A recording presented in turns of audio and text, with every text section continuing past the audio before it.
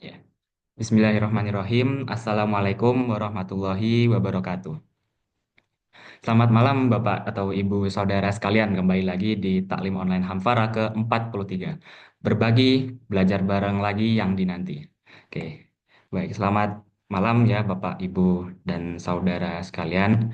Ya, kita berkumpul kembali di forum yang insya Allah dirahmati oleh Allah Subhanahu wa Ta'ala. Ya, kembali lagi di Taklim Online Hamfara. Nah, sebelum kita mulai, bagi bagi Bapak Ibu atau saudara yang ingin berkurban ya, ingin menyalurkan kurbannya di eh, Idul Adha kali ini, bisa menyalurkannya kepada pihak Stay Hamfara ya, Masjid Kampus Hamfara gitu. Sebentar. Nah, ini. Dan juga nanti di tengah bulan Mei,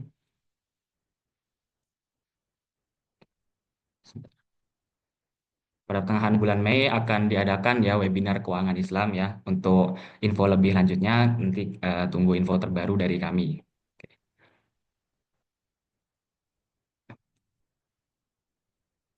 Oke. Bismillahirrahmanirrahim. Segala puji bagi Allah yang telah memuliakan umat ini dengan Islam ya. Salawat serta salam kita haturkan kepada Nabi Muhammad SAW, suri tauladan kita dalam menegakkan kebenaran dan keadilan ya.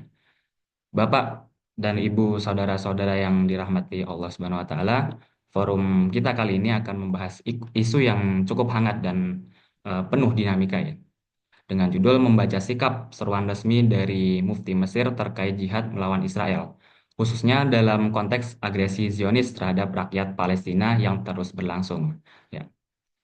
Di tengah-tengah kami telah hadir Ustadz Tito yang akan membawakan ya materi tentang taklim online Hamfara pada kesempatan kali ini. Assalamualaikum Ustadz Tito. Waalaikumsalam warahmatullahi wabarakatuh. Ya, Terdengar ya? bagaimana Ustadz? Oke. Alhamdulillah baik Mas. Mas Alhamdulillah. Firdaus Haikal. Oke, siap. Oke, langsung saja nih, Ustadz. Ya, untuk waktu dan kesempatan saya berikan kepada Ustadz Tito. Monggo. Bismillahirrahmanirrahim. Assalamualaikum warahmatullahi wabarakatuh. Alhamdulillahirabbil alamin. Alhamdulillahilladzi alafa baina qulubina wa asbahna bi ni'matihi ikhwana. Wassalatu wassalamu ala Rasulillah wa ala alihi wa sahbihi ajma'in. Amma ba'd. Alhamdulillah kita bisa bersua di forum online ini dalam keadaan sehat, dalam keadaan tenang. Salawat dan salam semoga senantiasa terlimpah kepada Rasulullah Muhammad Sallallahu Alaihi Wasallam.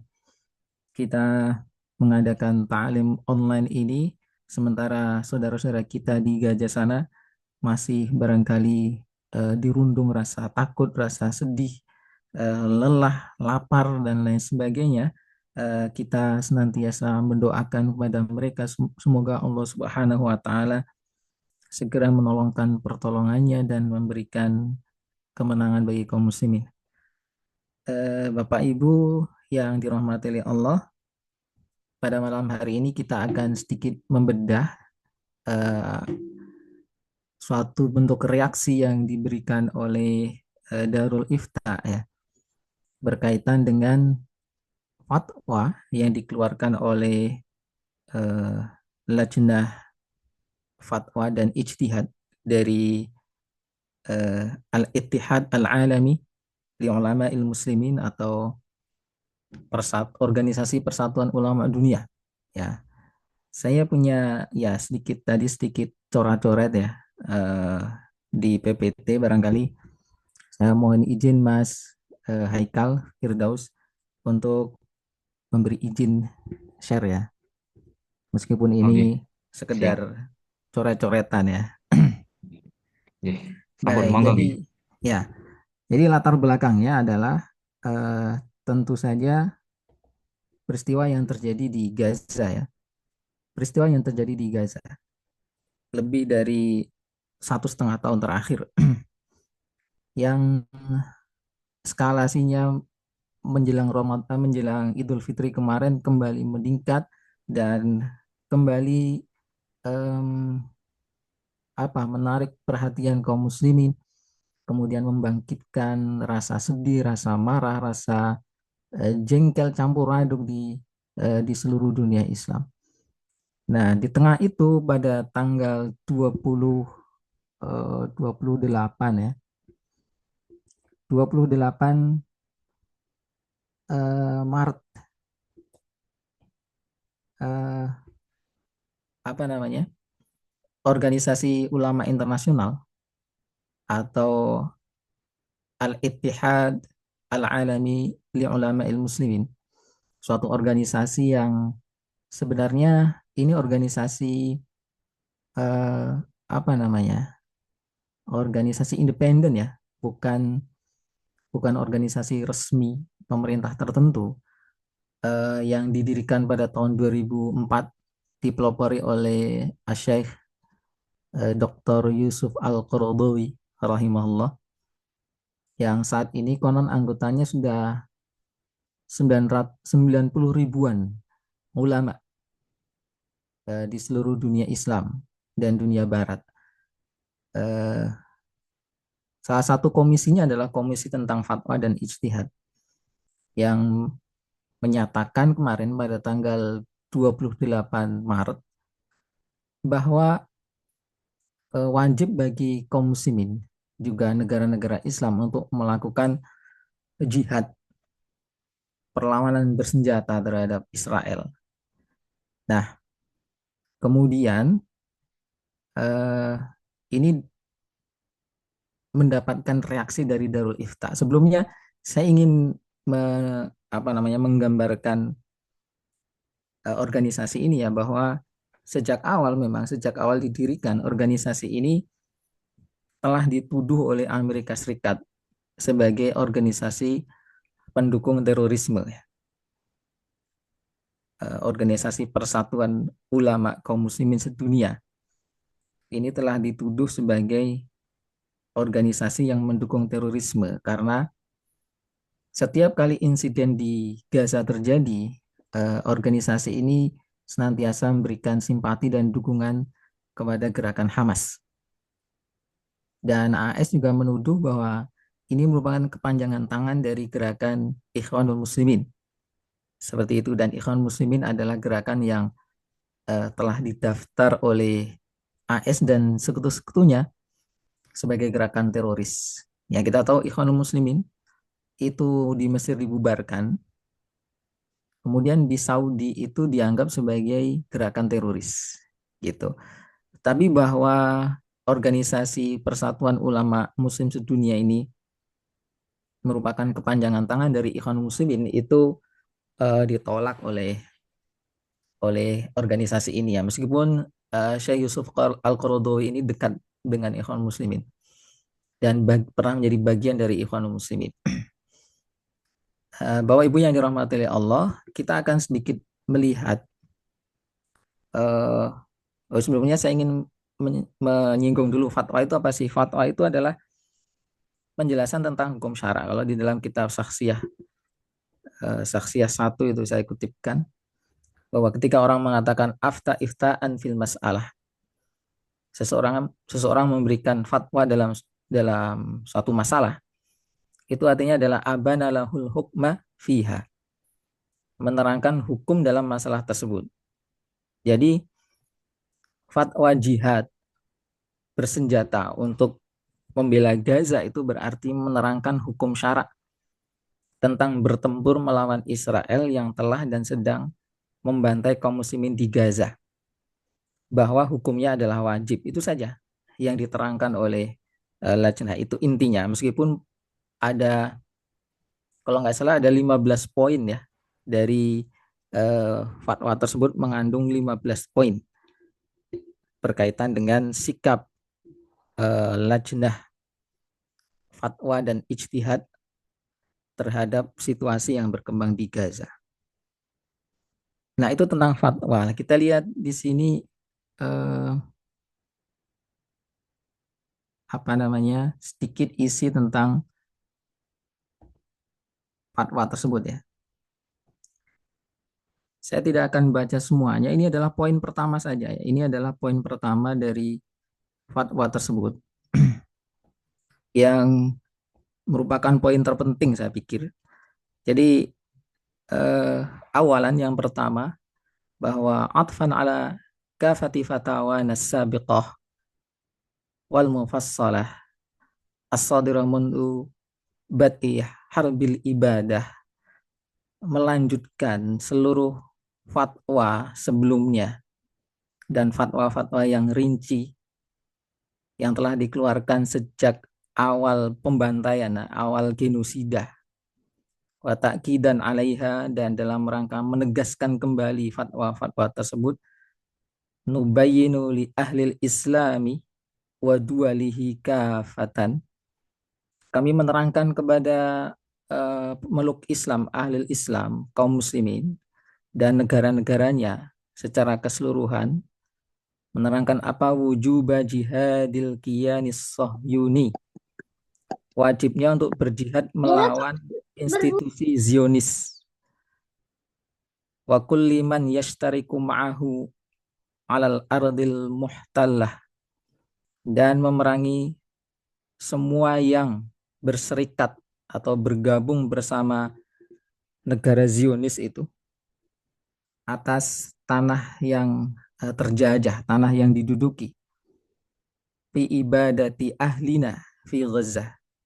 Ibadah itu bisa kita artikan pemusnahan atau genosida. Berserikat dengan Zionis dalam melakukan genosida terhadap saudara kita, terhadap keluarga kita di Gaza. Minal murtaziqati wal junudi min ayyi daulatin.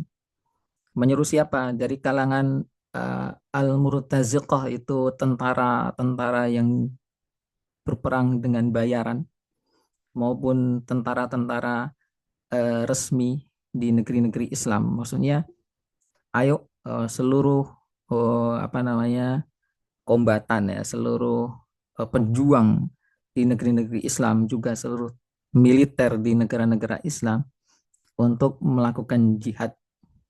Dengan apa? Wadhalika bitadakhulil askari, dilakukan dengan melakukan intervensi intervensi militer, wa imdadil mujahidin, dan menyuplai kaum mujahidin, bil muaddatil harbiyati, dengan peralatan tempur, wal khibratil askariyati, dengan dan keahlian militer, wal ma'lumatil istikhbariyati, dan dengan informasi-informasi intelijen. Wadzalika fardun muta'ayyinun awalan ala ahli Filistin thumma dualil jiwari, dan hal tersebut pertama-tama wajib bagi penduduk Palestina, kemudian juga wajib bagi negara-negara di sekitarnya, negara-negara tetangga, Mesir wal Urdun wal Lubnan, Mesir, Yordania, dan Lebanon, summa kafatid dualil arabiyyati wal islamiyati, kemudian seluruh negara-negara Arab dan negara-negara Islam. Nah, itu yang pertama yang diterangkan itu adalah menyeru bahwa jihad melawan Zionis dan semua yang berserikat dengan negara Zionis untuk membantai kaum muslimin itu harus dilawan, dan itu dilakukan dengan melakukan intervensi militer secara langsung di Gaza dengan mengerahkan tentara, baik tentara resmi maupun tentara lain, kemudian menyuplai logistik, perlengkapan tempur, kemudian ahli strategi, informasi intelijen, dan lain sebagainya. Kemudian lajnah tersebut juga mengatakan wa tu'akkidu lajnatul ijtihad wal fatwa bil ittihad annal wajib syar'iyya 'alal hukumati fi duwalina wa tadakhulu al fawriyyu askariyan wa iqtisadiyan wa siyasiyan liiqafi hadhihi al ibadati wa tadmir syamili bi muqtada wilayatihim. Lajnah Ijtihad dan Fatwa dari Persatuan Ulama Muslim sedunia juga menegaskan bahwa kewajiban syar'i yang ditanggung atas pemerintahan-pemerintahan negara-negara kita, negara-negara Muslim, itu adalah melakukan intervensi masuk ke Gaza dengan segera, secara askarian, waktisodian, wasiasian, baik secara militer, politik maupun ekonomi maupun politik. Untuk apa? Liiqafi hadhil ibadati, untuk menghentikan pembantaian atau genosida ini, wa tadmir syamili, dan penghancuran yang menyeluruh terhadap Gaza, di muqtada wilayatihim, dan itu merupakan apa namanya, konsekuensi dari kekuasaan mereka, sesuatu yang dituntut oleh kekuasaan mereka. Jadi mereka berkuasa, dan karena kekuasaan mereka itulah mereka punya tanggung jawab untuk melakukan penyelamatan terhadap penduduk Gaza dan menghentikan kejahatan yang dilakukan oleh Israel. Kemudian masih di poin pertama, lajnah tersebut mengatakan wa anna tarkal hukumatil arabiyyati wal islamiyati nusrata Gaza wahia tubadu yu'idduha syara'u jarimatan kubra fi haqqi ikhwanina al-mustad'afina fi Gaza. Bahwa pengabaian negara-negara Arab juga negara-negara Islam untuk menolong Gaza, negara-negara Arab, negara-negara Islam yang tidak menolong Gaza, itu oleh syarak dianggap sebagai jarimatan kubro, kejahatan besar, fi haqqi ikhwanina al-mustad'afina fi Gaza, terhadap saudara-saudara kita yang ada di Gaza. Yaqulullahu ta'ala, Allah subhanahu wa ta'ala berfirman, wa ma lakum la tuqatiluna fi sabilillahi wal mustad'afina minar rijali wan nisa'i wal wildan. Kenapa kalian tidak berperang di jalan Allah sementara apa namanya,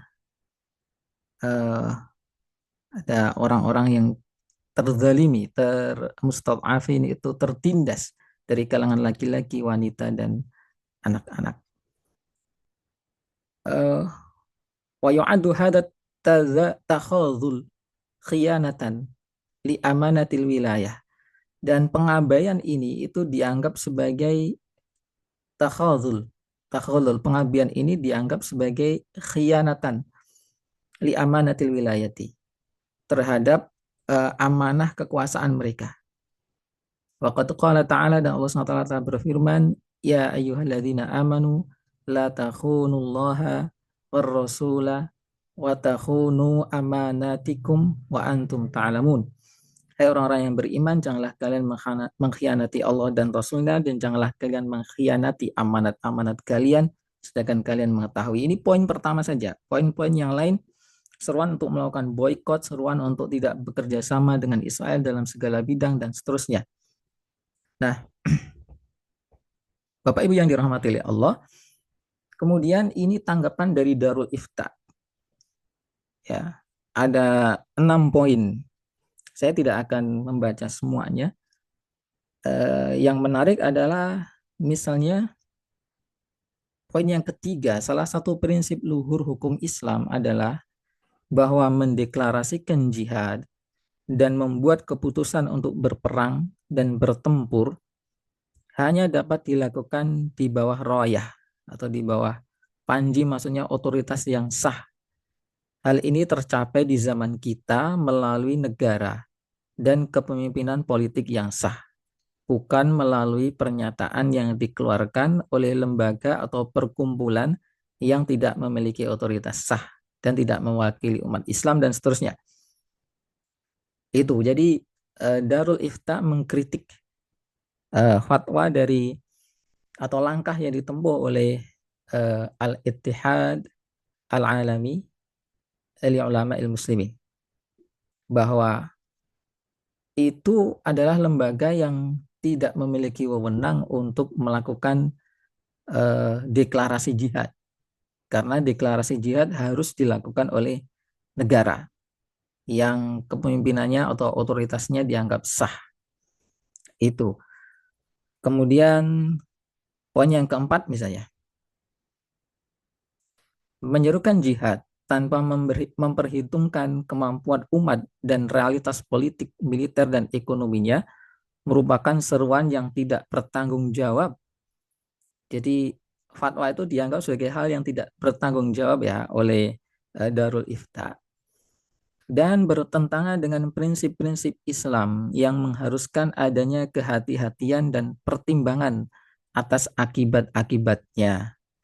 Hukum Islam menganjurkan untuk mempertimbangkan manfaat dan madorot, memperingatkan untuk berhati-hati terhadap keputusan yang tergesa-gesa, yang tidak memperhitungkan kepentingan umum dan bahkan dapat mengakibatkan bertambahnya madorot bagi umat dan masyarakat, dan seterusnya. Itu sebagian dari tanggapan dari Darul Ifta. Intinya, Darul Ifta itu memberikan uh, ya kalau mau kasarnya ini dibilang bantahan ya, bantahan terhadap fatwa dari Al-Ittihad. Uh, Tentu saja maksudnya adalah agar kaum muslimin tidak menganggap serius atau memperhitungkan apa yang telah dikeluarkan oleh Al-Ittihad. Nah, makanya dikeluarkan oleh fatwa ini. Tapi kalau kita lihat ya, fatwa ini kan dikeluarkan secara lisan. Ada pidato di YouTube, kemudian juga di-share di teksnya, di-share di Facebook. Bapak Ibu bisa lihat eh, komentar yang ada di bawah pernyataan ini.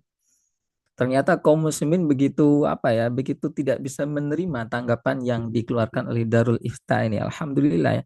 Jadi kesadaran kaum muslimin terhadap isu ini itu ternyata cukup bagus, dan lembaga sekuat Darul Ifta itu mendapatkan respon yang bagi Darul Ifta mungkin cukup mengecewakan ya, karena kita lihat di media sosial saja komentar di bawah publikasi dari tanggapan ini.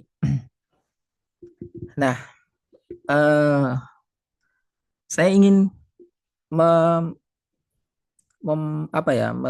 mengangkat satu asumsi-asumsi dasar yang digunakan oleh Darul Ifta untuk mengeluarkan fatwa itu. Saya tidak ingin mengkritisi, mungkin sudah banyak ulama yang melakukan kritik terhadap Darul Ifta ya. Eh, dan mereka ulama kaliber dunia juga yang memberikan kritik, sehingga saya ingin mengungkap hal yang barangkali lebih lebih dalam ya, yang relevan dengan kapasitas kapasitas kita. Jadi kalau kita baca tadi, Darul Ifta punya asumsi dasar bahwa negara-negara Arab merupakan ulil amri yang harus ditaati, kan begitu. Sehingga organisasi seperti Al-Ittihad itu tidak punya legalitas, tidak punya legal standing untuk mengeluarkan fatwa seperti itu. Yang punya legalitas adalah pemerintahan-pemerintahan yang sah di Arab maupun di dunia Islam. Ya. Kemudian ada asumsi juga perang menghadapi Israel itu akan mendatangkan kemadorotan yang lebih besar terhadap kaum muslimin. Gitu. Jadi Israel menyerang Gaza saja kerusakannya sudah begitu besar, korban jiwanya sudah begitu banyak, penderitaannya sudah begitu tak terperi. Nah, bagaimana kalau kemudian perang ini meluas? Tidak hanya di Gaza. Coba kalau militer Mesir itu ikut bertempur, maka bombardir itu tidak hanya dilakukan terhadap Gaza, barangkali Kairo juga akan dibombardir, Iskandaria juga akan dibombardir, dan seterusnya. Kehancuran akan meluas tidak hanya di Gaza, kematian akan meluas tidak hanya di Gaza, akan jatuh puluhan ribu korban lagi. Rusaklah infrastruktur, rusaklah ekonomi, rusaklah pariwisata, rusaklah bisnis, rusaklah segalanya gitu.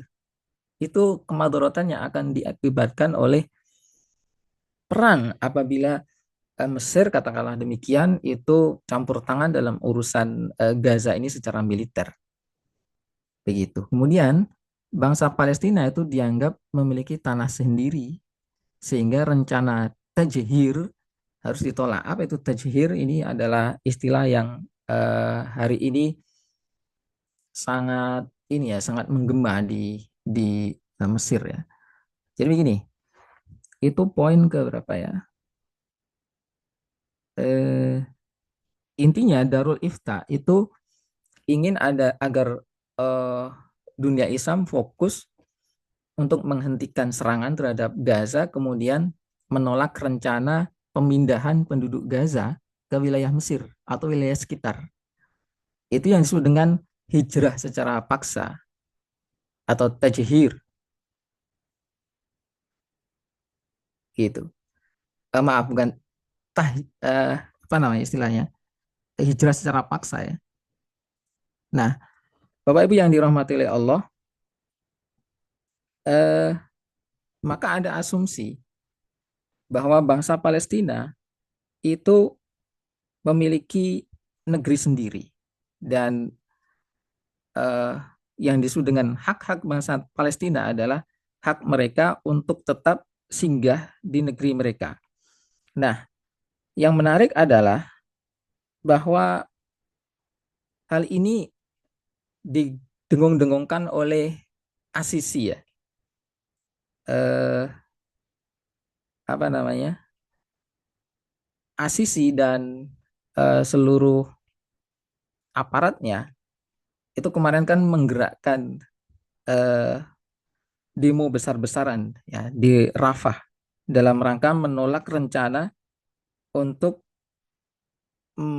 rencana Israel yang akan memindahkan penduduk Gaza atau istilahnya tahjir ya, tahjir, larangan apa namanya paksaan agar penduduk Gaza itu melakukan hijrah, tahjir. Ini yang ditentang oleh Asisi, Presiden Mesir. Kenapa? Karena Asisi tidak ingin menanggung beban orang-orang yang pindah dari Gaza kan ya. Tidak ingin menanggung berapa? Hampir 2 juta orang. Jadi Mesir tidak ingin ketambahan penduduk sebanyak 2 juta itu yang notabene adalah dianggap sebagai orang Palestina, bukan orang Mesir. Seharusnya orang Palestina ya hidup di Palestina sendiri, di wilayah Gaza sendiri, bukan diusir kemudian singgah di negeri tetangga begitu. Jadi itu asumsinya. Eh, Nah, Bapak Ibu yang dirahmati oleh Allah, kalau kita mengulas asumsi-asumsi ini saya hanya mengutip apa yang dikatakan oleh Imam An-Nawawi terkait dengan asumsi yang pertama. Ini juga diulas secara panjang lebar oleh Dr. Ad-Dumaiji di dalam buku beliau terkait dengan hadis yang diriwayatkan oleh Ummul Husain di mana Rasulullah SAW bersabda in ummira alaikum abdun mujaddaun jika diangkat atas kalian seorang pemimpin seorang abdun mujaddaun hamba yang mujadda ini ada penjelasannya mujadda itu apa intinya itu adalah karakter budak dari Afrika hasib tuha qalat aswadu ini perawinya mengatakan barangkali yang dia maksud adalah atau yang dia katakan adalah aswadu abdun aswad yakni budak hitam jika seorang budak hitam itu diangkat sebagai pemimpin atas kalian yaqudukum bi kitabillahi yang memimpin kalian dengan kitabullah fasma'u wa ati'u maka dengar dan taatilah dia. Nah, Imam An-Nawawi itu menerangkan gini. Fa amara sallallahu alaihi wasallam bi ta'ati wa yilil amr. Maka Rasulullah SAW memerintahkan untuk taat kepada pemimpin waliul amr walau kana bihadhil khosasah. Meskipun kondisinya itu seperti itu, kondisinya hitam ya, seorang mungkin dari Afrika ya, yang kulitnya hitam, kemudian rambutnya keriting kayak gitu.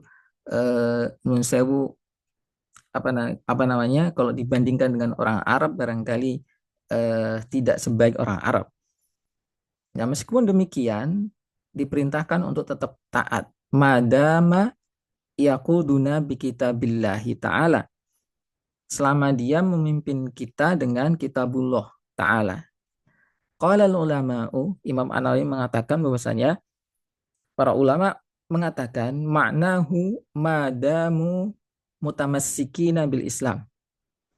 Madamu, selama para pemimpin itu mutamassikina, berpegang teguh bil Islam, dengan Islam, wa du'ai ila kitabillahi ta'ala, dan menyeru kepada kitab Allah ta'ala. Nah, maksudnya adalah menerapkan Islam dan mengajak kaum muslimin untuk taat kepada kitabullah. Itu yang disebut dengan ulil amri. Begitu. Maka keterangan lebih lanjut akan mengatakan gimana kalau ada pemimpin yang sama sekali tidak berdasarkan pada kitabullah dan sunnah. Itu diterangkan oleh Syekh Sa'id Hudah ya, seorang ulama dari Syria, yang mengatakan bahwa uh, ulil amri itu kalau begitu tidak relevan dengan pemimpin-pemimpin di dunia Islam hari ini, karena pemimpin-pemimpin di dunia Islam hari ini itu tidak berlandaskan konstitusi yang Islami dan tidak terikat dengan kitabullah dan sunnah Rasulullah SAW dalam menerapkan kebijakan, aturan, dan lain-lain, sehingga mereka tidak disebut sebagai ulil amri. Nah, ini menurut Syekh Sa'id Hudah yang sangat otoritatif dalam mazhab Asy'ari hari ini ya. Nah, Bapak Ibu yang dirahmati oleh Allah, nah yang menarik adalah kita nggak bisa sebenarnya mengharapkan, kan ada itu orang-orang yang mengatakan bahwa oh nggak bisa, kita nggak bisa melakukan eh, perseteruan militer dengan Israel karena terikat dengan perjanjian. Dan hubungan Mesir dengan Israel itu memang cukup menarik ya, karena ini adalah salah satu contoh ya, hubungan menguntungkan antara Israel dan Mesir. Ap- eh, apa hal yang membuat Israel itu diuntungkan dari Mesir ya?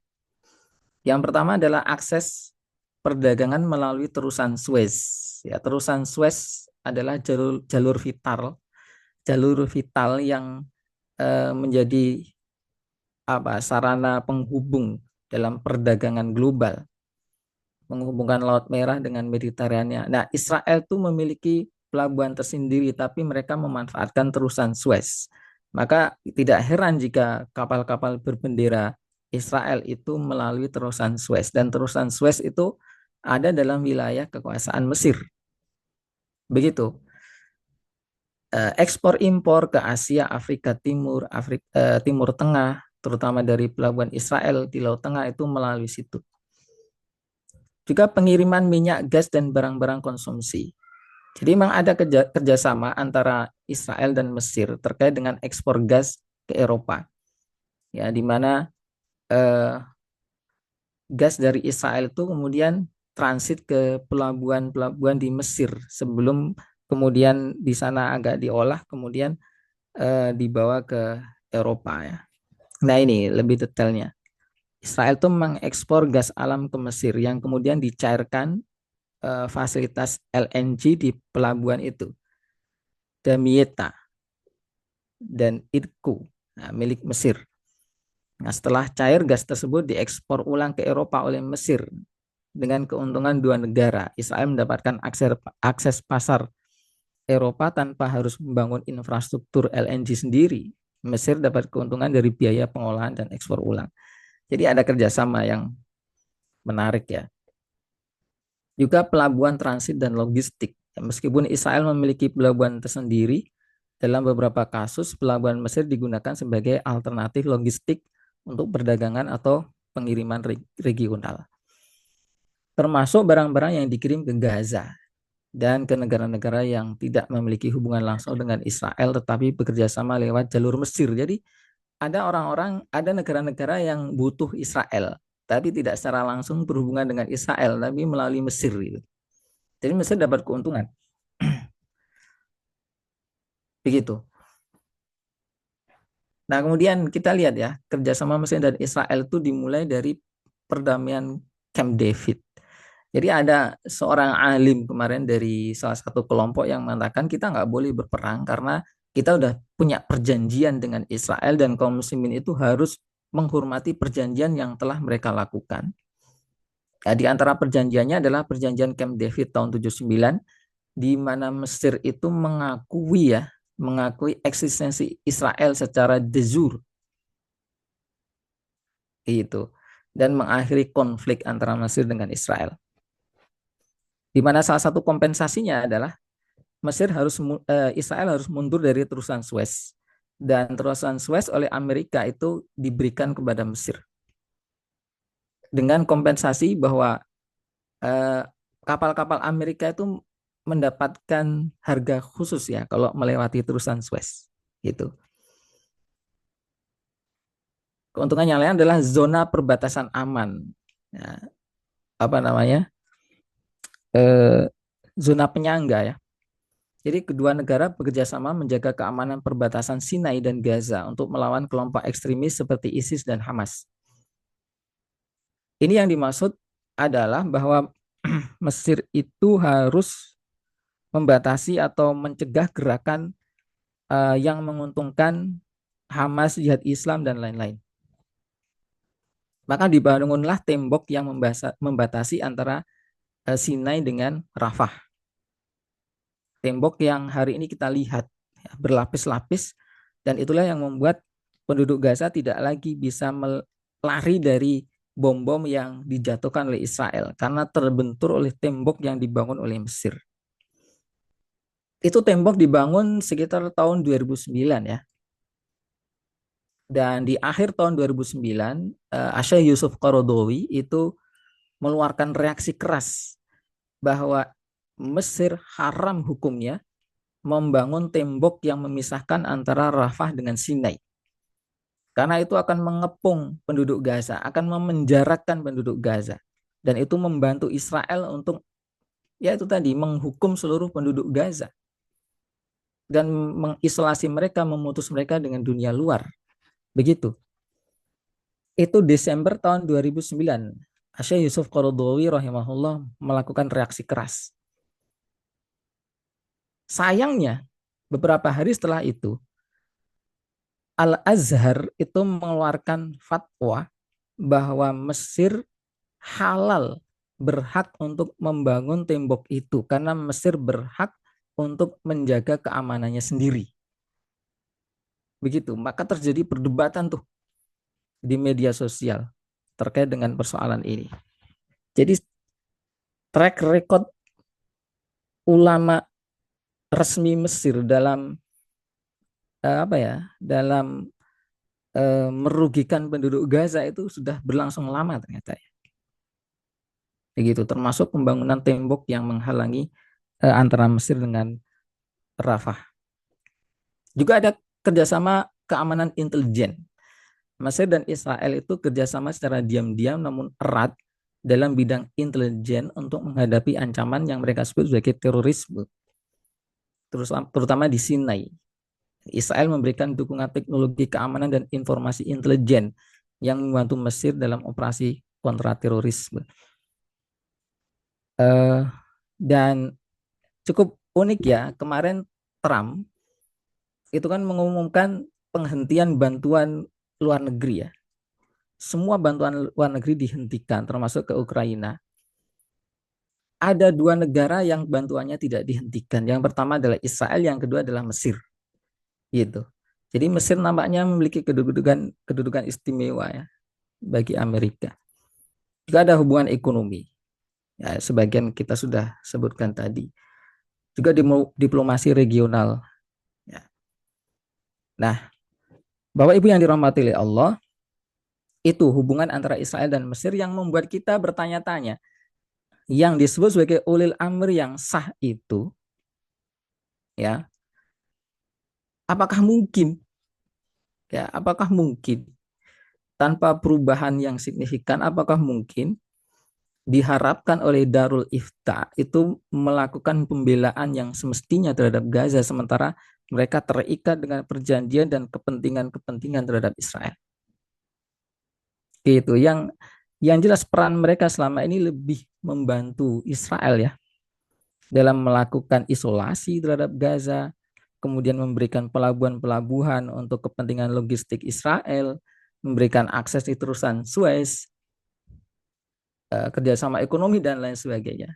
Itu.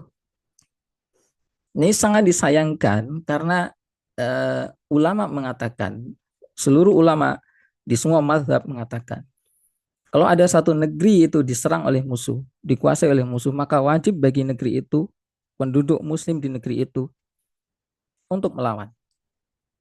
Jika mereka tidak mampu, tidak cukup tenaganya, maka wajib bagi penduduk di sekitarnya untuk ikut melawan. Saya kutipkan pendapat Ibnu Taimiyah dalam Al-Fatawa ya. Ini adalah pendapat yang mewakili mazhab Hambali. Beliau sandarkan perkataan ini kepada Imam Ahmad ya. Yaqulu Ibnu Taimiyah, "Idza dakhala al-adu bilad al-Islam fala raiba annahu yajibu daf'uhu 'alal aqrabi fal aqrab." Apabila musuh itu memasuki negeri-negeri Islam, maka tidak ada keraguan bahwasanya wajib untuk melawannya, wajib untuk mempertahankan negeri tersebut atas al-aqrab fal aqrab, atas penduduk yang paling dekat, kemudian seterusnya. Biladul Islam kulluha bimanzilatil baldatil wahidati. Karena apa? Karena seluruh negeri-negeri Islam itu kedudukannya seperti satu negeri. Wa annahu yajibun nafiru ilaiha bila idni walidin wala gharim. Dan bahwasanya wajib untuk pergi ke sana tanpa izin orang tua maupun orang yang terjerat utang itu tidak wajib untuk izin pada orang yang telah memberinya utang dan seterusnya. Ini salah satu perkataan ulama terkait dengan hal ini. Jadi apa yang dikatakan oleh Al-Ittihad Al-Alami li Ulama Il-Muslimin itu sebatas mengutarakan kembali apa-apa yang dilakukan oleh para ulama dari seluruh mazhab tentang wajibnya membela negeri Islam yang jatuh ke tangan musuh. Begitu, walau alam bisawab. Barangkali itu apakah ada diskusi silahkan, kurang lebihnya mohon maaf. Begitu Mas Haikal. Oke. Ya, alhamdulillah. Baik, pemaparan yang luar biasa ya telah disampaikan oleh Ustadz Tito terkait sikap dari Mufti resmi Mesir ini menimbulkan beragam spekulasi dan dinamika. Nah, sebelum ke sesi selanjutnya, bagi Bapak dan Ibu atau saudara yang terkendala dan atau belum sempat mengikuti taklim online Hamfara ya, jangan khawatir karena hasil replay insya Allah akan di-share di channel official resmi siswa Hamfara. Jadi pastikan Anda stay tune selalu. Nah, baik, monggo ke sesi selanjutnya. Bila ada yang mau bertanya, kami persilahkan.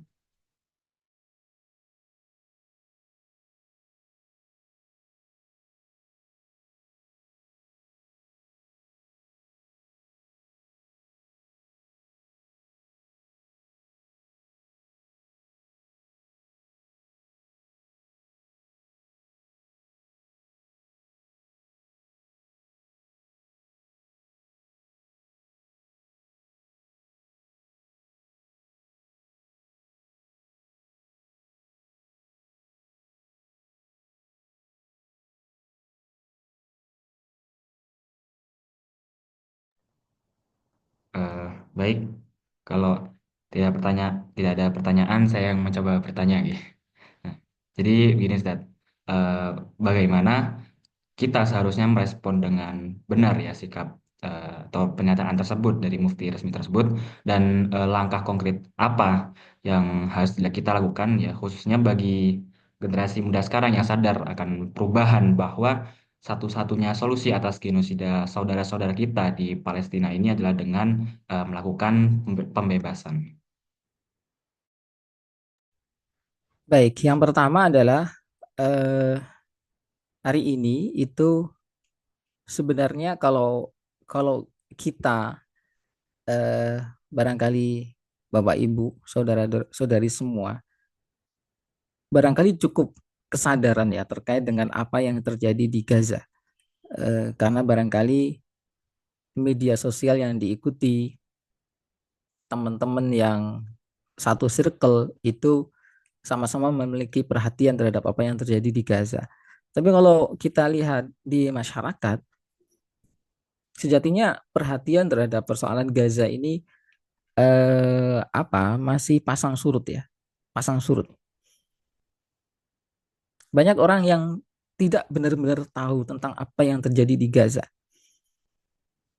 Nah, yang pertama menurut saya adalah kita harus mengandalkan apa yang kita punya untuk menyampaikan realita yang terjadi di Gaza. Dan alhamdulillah hari ini kita mendapatkan memiliki fasilitas untuk itu, di mana setiap orang itu memiliki sarana, memiliki channel sendiri untuk menyampaikan itu kepada umat berupa eh, status WA misalnya, Facebook, YouTube, Instagram dan lain-lain. Saya pikir boleh-boleh saja menyampaikan hal lain atau memposting hal lain, tapi apa yang terjadi di Gaza itu menurut saya setiap hari harus kita posting. Dan sangat sangat menyedihkan sekali kondisi mereka ini. Sangat sayang sekali kalau apa yang telah mereka tanggung selama 1,5 tahun ini ya kan 1,5 tahun lebih, ini sia-sia begitu saja. Padahal mereka sudah susah-susah ngerekam, susah-susah memberikan opini, kita abaikan, tidak kita manfaatkan untuk membangkitkan kesadaran umat. Saya pikir persoalan ini tidak hanya membuat orang peduli terhadap persoalan Gaza, tapi membuat umat terhenyak, membuat mereka bisa untuk kita sadarkan bahwa ternyata kaum muslimin hari ini begitu hidup dalam kondisi yang tidak normal. Kaum muslimin yang jumlahnya 2 miliar ini ternyata tidak bisa berhadapan dengan Zionis yang hanya beberapa juta doang. Kaum muslimin harusnya kita ajak untuk bertanya apa yang terjadi pada kaum muslimin, ya, di mana negara Zionis itu sudah mendeklarasikan negaranya di atas penderitaan, di atas tanah, di atas tumpahan darah kaum muslimin sejak tahun 48. Berapa tahun yang lalu tuh? Sudah 70, hampir 77 tahun yang lalu. Itu kalau dihitung dari berdirinya negara Zionis. Kalau dihitung dari jatuhnya wilayah Syam ke tangan Inggris dan Prancis, itu sudah tahun 1918. Jadi sudah lebih dari 1 abad. Begitu, maka kaum muslimin harusnya kita ajak bertanya apa yang terjadi pada diri kita. Kok begitu lemahnya kita?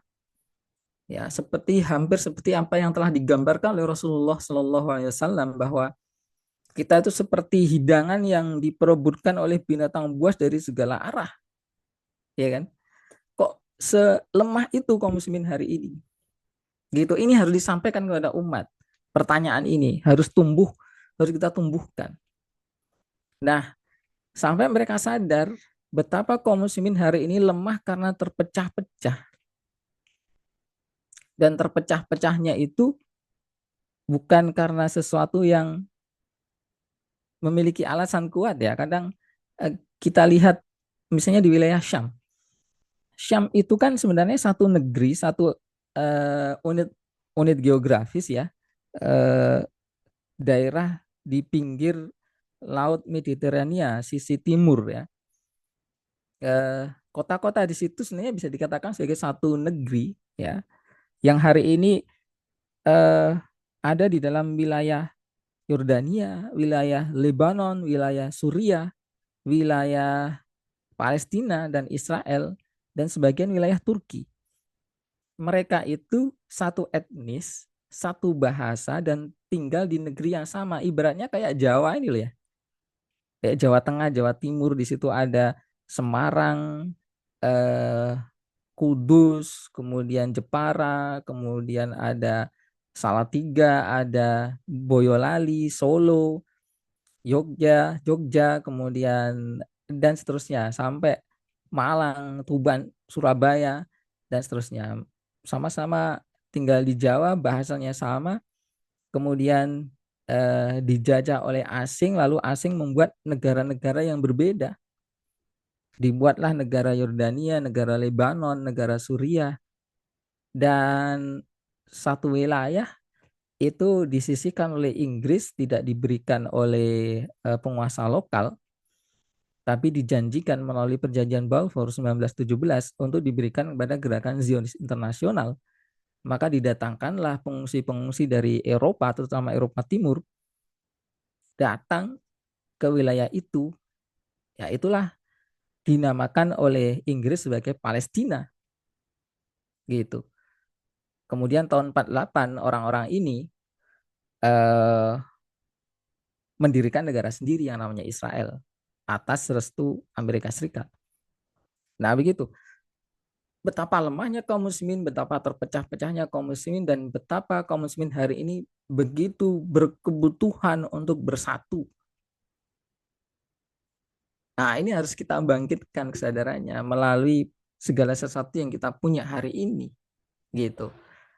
Ya, dan satu itu ya, yang kedua ya, hmm, realita bahwa kaum muslimin hari ini diam, penguasa-penguasa hari ini itu lebih mencemaskan, oh kalau kita perang gimana dengan bisnis kita, gimana dengan minyak kita, gimana dengan pariwisata kita, bagaimana dengan keindahan kota-kota yang sudah susah payah kita bangun. Itu kan yang dianggap sebagai apa namanya doror yang akan terjadi jika itu semua hancur.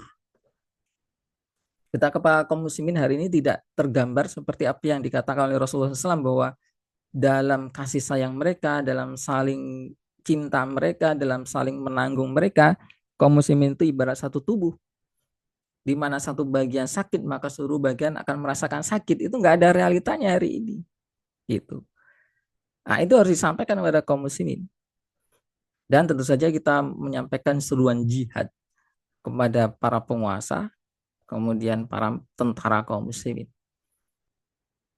Setidaknya itu barangkali walau alam, apakah itu bisa menjadi hujah kita di hadapan Allah Subhanahu wa taala terkait dengan kita sendiri hari ini juga masih di sini uh, tidak mampu berbuat apa-apa.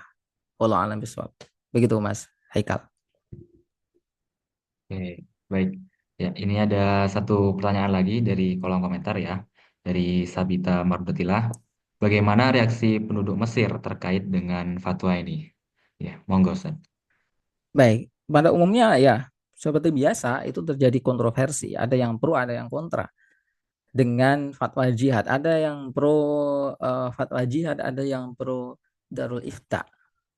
Begitu.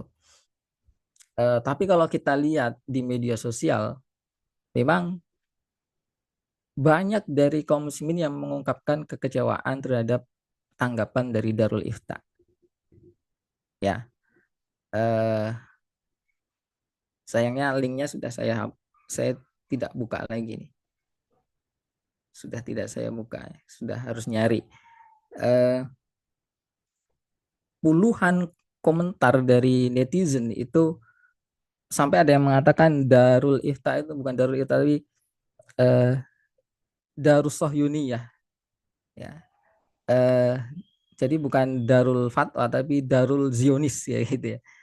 Eh, Kemudian ada yang mengatakan ini fatwa yang tidak didasarkan kepada eh, landasan dalil dari Al-Qur'an, As-Sunnah, perkataan ulama, tapi ini fatwa yang disetir oleh kepentingan politik gitu. Dan ini yang jadi kerentanan ya. Kita tidak tidak menafikan bahwa para ulama resmi yang diangkat oleh pemerintah sebagai mufti itu adalah orang-orang yang berilmu dan kita hormati ilmu itu.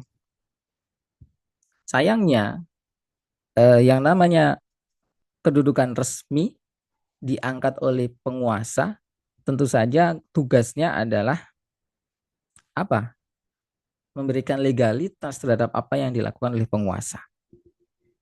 Itu.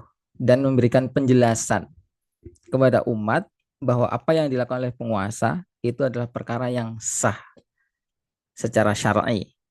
Itu kan. Emang tupoksinya seperti itu. Tupoksinya seperti itu. Sehingga sangat wajar.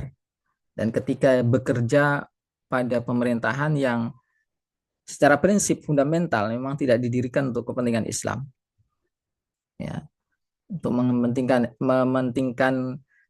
kepentingan, kalau kita husnudzon ya, kepentingan nasional Mesir.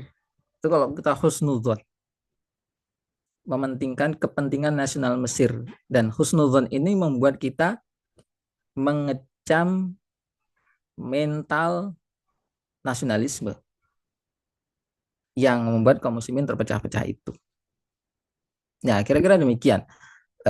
Kalau kita baca, ya saya tentu saja nggak tahu ya apa yang terjadi di Mesir, tapi di media sosial kita bisa baca gitu. Yang menarik ketika demo besar-besaran di eh, dekat Rafah itu kan banyak banget tuh. Tapi di Mesir itu nggak pernah loh dibolehkan aksi besar-besaran kayak gitu. Aksi kecil-kecilan aja bahaya di Mesir itu. Bisa ditangkap pihak, pihak keamanan dan dijebloskan dalam tahanan yang sangat kejam. Tapi yang kemarin itu difasilitasi oleh negara, gitu. Penolakan terhadap rencana tahjir, pemindahan warga Gaza ke wilayah Mesir. Kenapa? Karena Asisi menolak itu. Nah, tapi setidaknya masyarakat Mesir yang memanfaatkan hari itu untuk keluar dan meluapkan apa namanya perasaan mereka tentang pentingnya pertolongan terhadap penduduk Gaza, menunjukkan bahwa antusiasme kaum muslimin di Mesir untuk menolong saudara-saudara mereka di Gaza itu besar.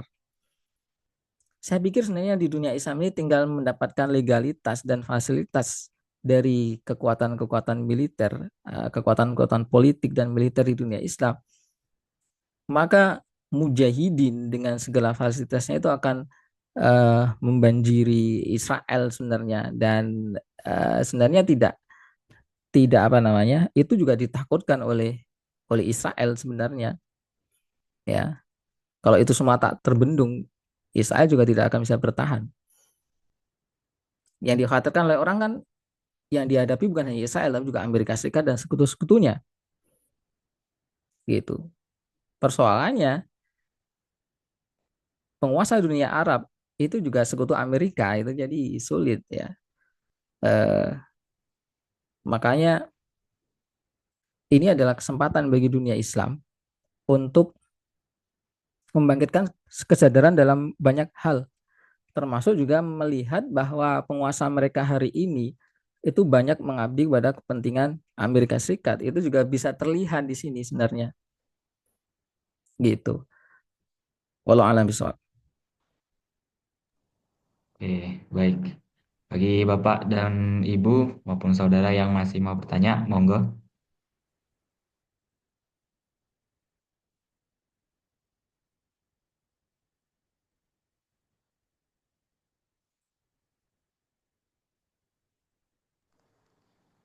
Oke, baik, ada pertanyaan lagi yang masuk nih, Ustaz. Ya, dari Amin Awad ya. Jazakillah Ustaz, izin bertanya Ustaz. Dari materi yang Ustaz sampaikan bahwa kita memposting di Facebook, Instagram, dan lain-lain untuk memposting berita tentang Palestina yang datanya akurat itu bisa didapat di mana Ustaz? Karena sekarang sudah ada berita Palestina yang diputar balik faktanya. Monggo Ustaz. Ya, prinsipnya em, untuk semisal analisa politik, kemudian ya selevel analisa politik itu memang tidak mudah. Kita bisa mengambilnya dari eh, apa ulama dan gerakan Islam yang terpercaya ya. Tapi kalau hal yang lebih ringan adalah menceritakan kondisi mereka di Gaza, dan itu bisa dilakukan dengan video-video yang ada. Dan sudah ada banyak kalangan yang memberikan panduan terhadap teknis apa penyebaran informasi ini ya. Antara lain bahwa kita harus men-share, menyebarkan video yang real, ya, video yang benar-benar nyata. Itu ada di Palestina. Salah satunya adalah misalnya kita bisa mengikuti channel channel Telegramnya Hamas misalnya. Ya, itu mereka banyak membagikan video-video yang nyata terjadi di Gaza. Seperti itu. Karena begini, ada gambar-gambar AI yang dibuat kemudian disebarkan oleh netizen. Lalu orang-orang Israel itu mengatakan nih, orang-orang Islam itu menyebarkan hoax. Gambar-gambar tentang Gaza itu sebenarnya tidak asli. Mereka bikin dengan AI gitu. Ya, tujuannya kayak gitu. Makanya kita harus membagikan gambar dan video yang asli. Salah satunya dengan channel Instagram Hamas misalnya. Ya, atau eh, kalau ada kadang begini, ada hal yang eh, diakui sendiri oleh media-media asing ya. Eh, Bentar, oke. Media-media asing itu memaparkan hal yang positif dalam perspektif kita. Misalnya, cukup unik ya ketika CNN itu meliput tentang serangan terhadap ambulan-ambulan di Gaza. Tentu saja mereka memframing berita itu. Jadi paling tidak ada fakta yang bisa didapat bahwa memang orang-orang Israel itu melakukan serangan terhadap ambulan yang ada di Gaza. Gitu. Eh, Beberapa video dari mereka, beberapa liputan dari mereka memang cukup unik. Ya, termasuk gini, ada liputan dari Sky News kalau nggak salah, atau sumber berita yang lain, eh, terkait dengan kelakuan para supporter Israel di Amsterdam. Itu liputan pertamanya menunjukkan bahwa orang-orang Israel itu kelakuannya begitu biadab di Amsterdam itu. Nah, kemudian ternyata liputan itu dihapus dan diganti dengan liputan yang lain. Tapi liputan itu sudah disimpan oleh netizen dan disebarkan oleh netizen. Nah, itu satu hal yang positif yang bisa kita gunakan. Hal-hal seperti itulah. Semakin kita menyelami ini, kita akan terbangun keahlian terkait dengan melakukan filter terhadap konten-konten yang hoax dengan konten-konten yang patut kita kita sebarkan. Mungkin untuk lebih mudahnya juga kita ngikuti eh, saluran atau channel atau akun yang dibuat oleh orang-orang Gaza sendiri. Banyak di Instagram, ya, banyak juga di mana Telegram ya. Begitu, walau alam bisawab. Oke, baik.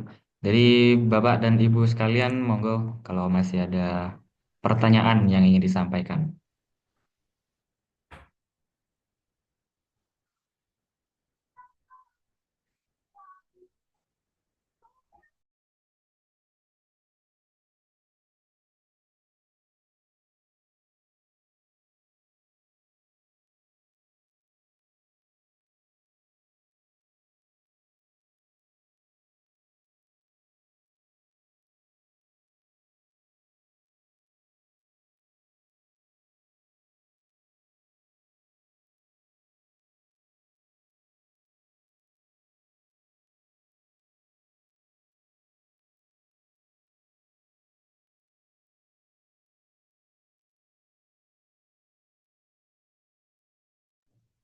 Oke, baik. Kalau tidak ada pertanyaan lagi, monggo Ustadz Tito untuk bisa memberikan closing statement.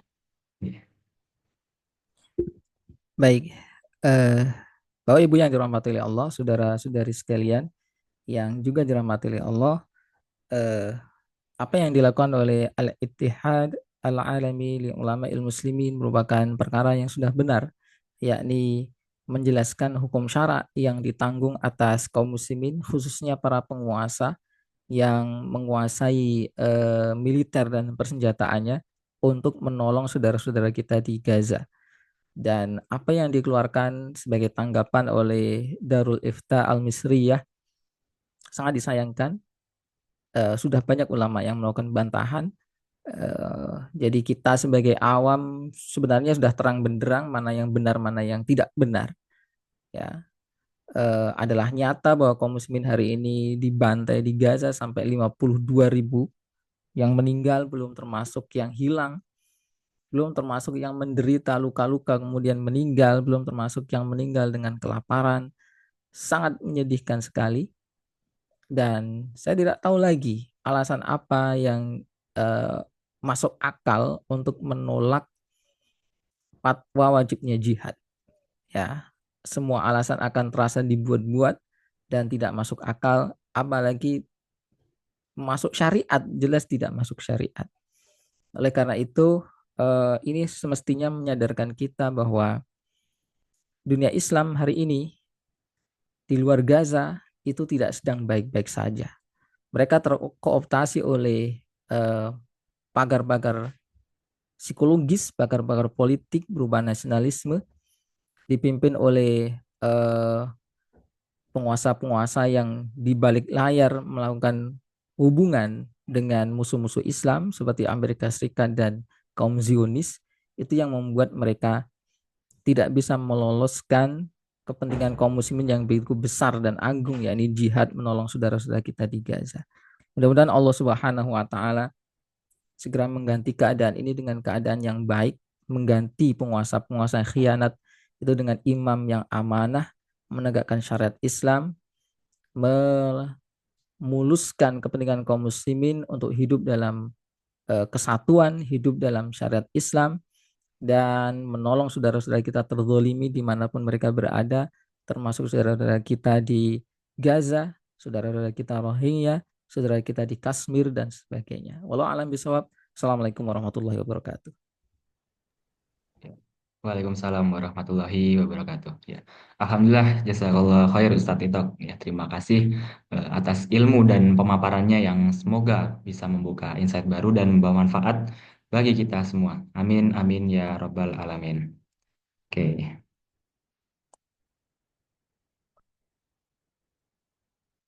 Ya, sebelum berakhir ya bagi Bapak dan Ibu maupun saudara-saudara sekalian yang bingung mau menyalurkan kurbannya kemana tahun ini ya, insya Allah dari Masjid Kampus Hamfara bisa menampung kurban-kurban panjenengan sekalian.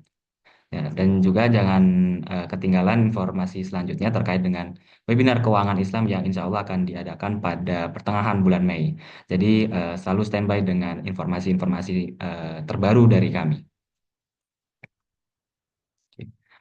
Baik, pemirsa Taklim Online Hafara yang dirahmati oleh Allah Subhanahu wa taala, cukup sekian sesi berbagi.